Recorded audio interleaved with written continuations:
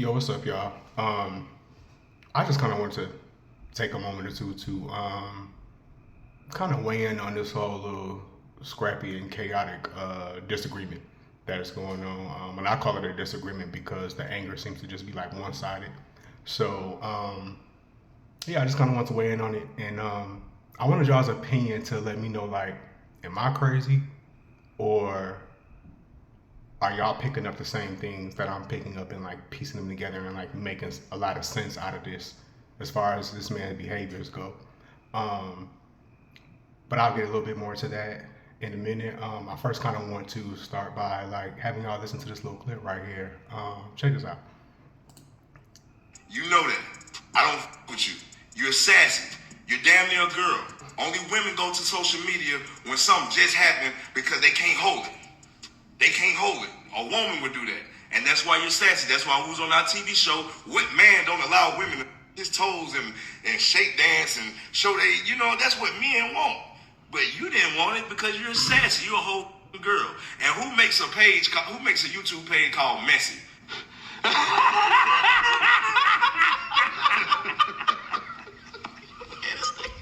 Messy, a woman does. A woman, you a whole woman. And listen, all y'all got to do is what y'all doing now, y'all clicking, and y'all doing now, y'all believing in them. Go to YouTube. Go to YouTube. Go to YouTube and type up something about Shawty not being too solid, not being too manly. Go do that shit, because you ain't never seen nothing about Scrappy not being manly and not being on his shit. Ain't no rumors around about that. But I bet you see them shits about Buddy. Buddy sassy as he's a sassy motherfucker. Motherfucker be going around wearing, just had a RuPaul shirt on yesterday. A RuPaul shirt on. Yeah. So, of course, that was Scrappy. That was a clip of Scrap addressing the video that Khaotic had uploaded not long ago, where he pretty much just gave the timeline, just went down the line of like what led up to them not being the close, tight-knit, homies that we knew them to be on the previous season. And during that whole video of Khaotic explaining everything that happened, Khaotic never said anything disrespectful about the man or to the man. He never said anything rude. He didn't call the man out his name and accuse him of being anything. He didn't do any of that. He was still keeping it 100 still in between every other sentence, talking about how he still got love for the man, and in his eyes he's still brothers with the man. It's just the main moral to the story for Khaotic is we cool. I'll always be cool with you, but I just can't do business with you because when it comes to business, we move differently. We have a different set of interests, and that's not going to work business-wise. So to keep the friendship, we got to separate the business. And when that happened, the clip you just heard, that's pretty much been Scrap's energy towards Khaotic ever since. And it's a little weird because it looks and sounds very familiar. And again, that clip, by the way, that piece of clip that I showed was a clip that Scrap had uploaded and I guess gave to 9mag TV for them to post it on their YouTube channel. So yeah, that's where that comes from. Shout out to 9mag TV. But when I say the behaviors for Scrap and his actions behind it all come off so familiar, because everything you're doing right now is pretty much the same actions, behaviors, and attitude that you gave the women of your last two relationships, both Erica and Bambi. Like, you gave them both the same type of attitude and combative behavior, and just your response to their complaint was of a negative tone versus going down the road of taking any sort of accountability, or just simply just saying, okay, cool, that's your prerogative. We don't have to do the business. We don't have to do that. We could just cut ties on all that, and we could still just be home. Which is what Chaotic thought was going on, but technically that really wasn't the case. For those who don't know, it's just like, long story short, Chaotic gets on Love and Hip Hop Atlanta. Of course, he started on the Miami one, but I think it was either last year or the year before, Chaotic started filming with the Atlanta franchise.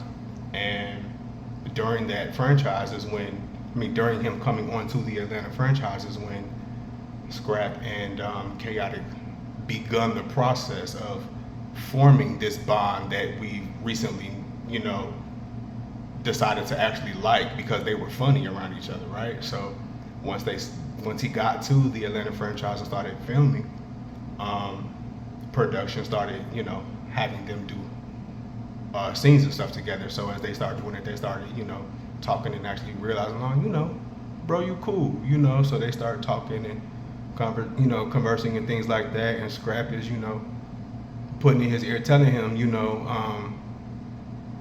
these niggas be against me, woo woo woo. So mainly talking about, the girls and all that stuff, his baby mom, all that, woo woo woo. Because at the end of the day, Scrap always been up and down in his relationships. One minute shit cool, the next minute it's not. So he's telling Chaotic, like, yo, if you're gonna be my boy, we gonna be tight, and you can't be talking to Bam and stuff. So he taught Chaotic to stop talking to Bam. So during them filming all this time, Chaotic decides to, keep his distance from Bam and not have that communication. That line of communication pretty much closed between Chaotic and Bam. And Chaotic admitted when he first got to the franchise, before him and Scrap became cool, the line of communication between him and Bam was open, because he was conversating and talking to her. He even said he admitted to flirting with her a little bit, just as well as he was flirting and talking and conversating with all the females on the cast. But of course, when him and Scrap became cool, he kind of died that down between him and Bam. So they go on to had a little friendship. Of course, us as the viewers and the fans, we recognize, like, there's something there between you two. One of you is real energetic, almost ADHD-like, Chaotic, and the other one is real cool and chill, to where it's almost like that shit probably get on your nerves a little bit. But the upside to Scrap having that cool, chill demeanor is Scrap also still holds a sense of humor. The man has a sense of humor. Scrappy can be funny as hell too when he want to be. You know what I'm saying? So them two together, they actually did have something going there. Like, there was definitely a fun dynamic between those two. Chaotic said that he, realized what the other people were seeing, and he trying to capitalize off it. Like, come on, bro, let's do this. Let's get to this. He has links up with Scrap to talk Scrap into doing the deal with him with a different TV network for them to do like a season of their own type of show, to pick a side thing. That doesn't get that doesn't get picked up for another season, like it should have between them two, if they both would have been putting in, all their efforts. Problem is, Scrap wasn't meeting them halfway with everything. Scrap was showing up late. Scrap was barely doing his part. When Scrap would be on the show doing his part, he always gave a small amount of effort. You know what I'm saying? To the point where the little network ended up telling Chaotic, like, yeah, we're not gonna put in the second season into this, so it doesn't happen. Chaotic wants to do YouTube, starts the YouTube with him and Scrap name on there, but then of course he takes Scrap's name off, so that there's no legal issues later down the line, because at the end of the day, it was Chaotic who started it. It was him that created it, built it, started it, and did all of that. He's the one who funded for all the cameras and paying all the videographers and all these different people to be a part of it, to help him, have these cool quality videos to upload, whether it's a skit or it's a prank or it's a podcast, whatever it is. Like, he's paying for all this stuff to happen. Scrap ain't meeting him halfway with none of these expenses, none of that stuff. He's meeting them halfway with saying okay to the idea, but anything after the idea, Scrap didn't meet him halfway on when it came to actually putting in the work, creating the YouTube page, paying what needed to be paid for all the tools you need to, make those dope, nice quality type videos. Scrap didn't put his half on any of that, but you still were expecting a piece of the return when it was time for the YouTube page to become monetized. You feel like you're still entitled to that because the initial idea was supposed to be that it was for both of y'all. Well, if only one person is showing up and there's only one person in like 90% of all these videos, then that one person should be the only one paid. Now, whatever video you did show up for, maybe y'all need to work out a number. He can give you a couple $100 for them little videos that you did show up for to do the bare minimum for. But Scrap, you ain't been here. Like, you ain't been there. That's like working at the Burger King as the man that's supposed to be in the back flipping the burgers from 8 a.m. to 5 p.m. Monday through Friday, and you only show up Tuesday and Thursday of the week. Not even at 8 o'clock, but whatever time you feel like getting there. And then when you do get there, you barely doing your job of flipping them burgers back there. Like, eventually the Burger King is going to let you go and say, okay, this ain't working. Same with Love and Hip Hop. If you decide that you're not going to show up to these scenes every day, because, I used to work on the Love and Hip Hop cast. I know what that's like. Them long days, and it is annoying. But, again, if you are a paid talent on the show and you're not showing up to the scenes, you are going to get the boot as well. Nobody's going to pay you all this money for you to do absolutely nothing. And they have no footage of you throughout the whole season. They wouldn't pay you. So why do you feel like you entitled to that man's YouTube money? Because that's the whole reason why you got this attitude. Because the minute that Khaotic decided, you know what, this man ain't meeting me halfway on nothing, so let me take his name off of this YouTube stuff before the monetization kicks in and the real money start rolling in. That's what Khaotic does. Scrap realizes it, and now he's mad. And you got all these complaints on Not Mad talking about this man stealing from you, taking money from you, because that equates to taking money out your kid's mouth. When technically, he's not the one that took the money from you or your children. You took the money from you or your children because you didn't show up to do your part. Just like your previous exes, Bambi and Erica, say that you're selfish. You don't do your part. You expect to receive all the good of the situation, but you're not willing to put your 50% in for that situation. Like, you're good with the idea. You're good with all the good things of the things that make that idea dope, lucrative, and paid. But you're never okay with showing up and doing the work. If I'm not mistaken, I believe Love and Hip Hop is the only consistent running thing that you have shown up for. Come on, bro. You got to do better than that. Like,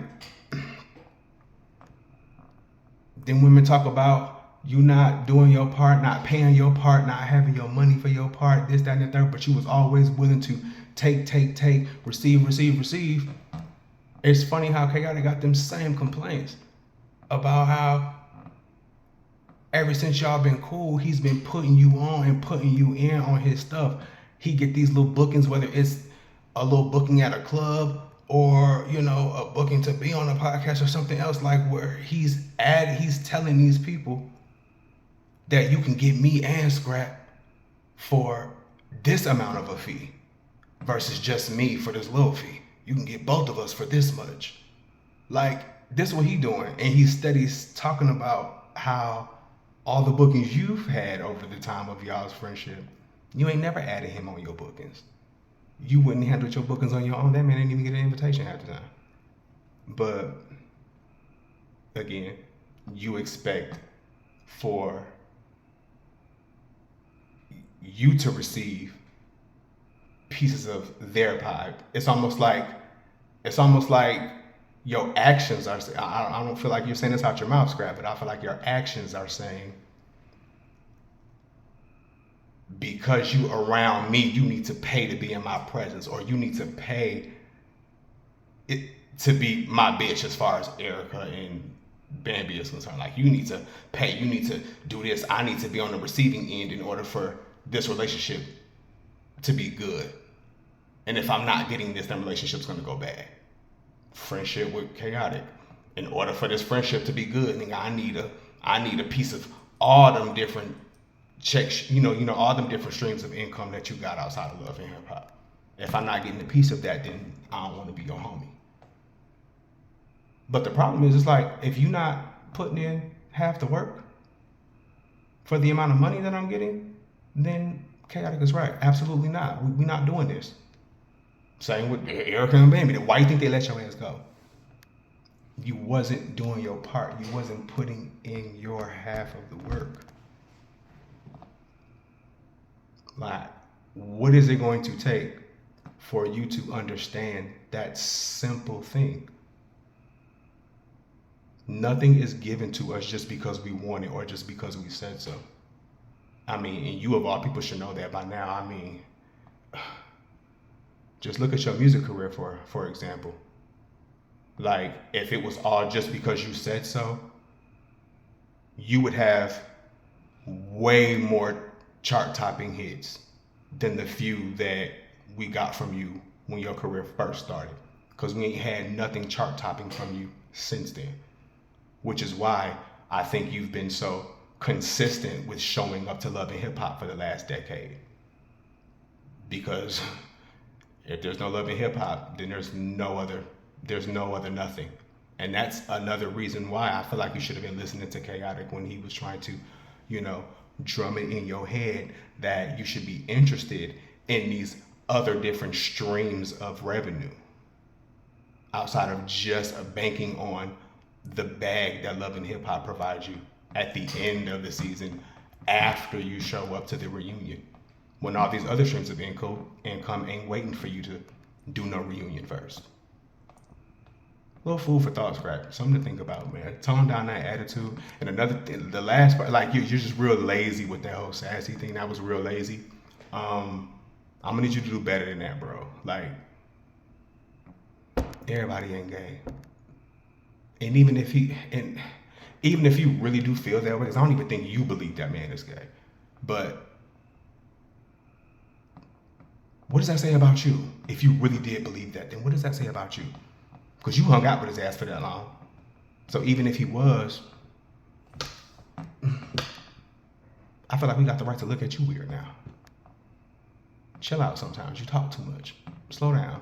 I know somebody has told you to chill out before. You ought to listen, bro. But that's all I got, man. I don't know. Like I say, Chaotic, man, keep your head up, bro. And don't let that shit bother you. But you a better man than me.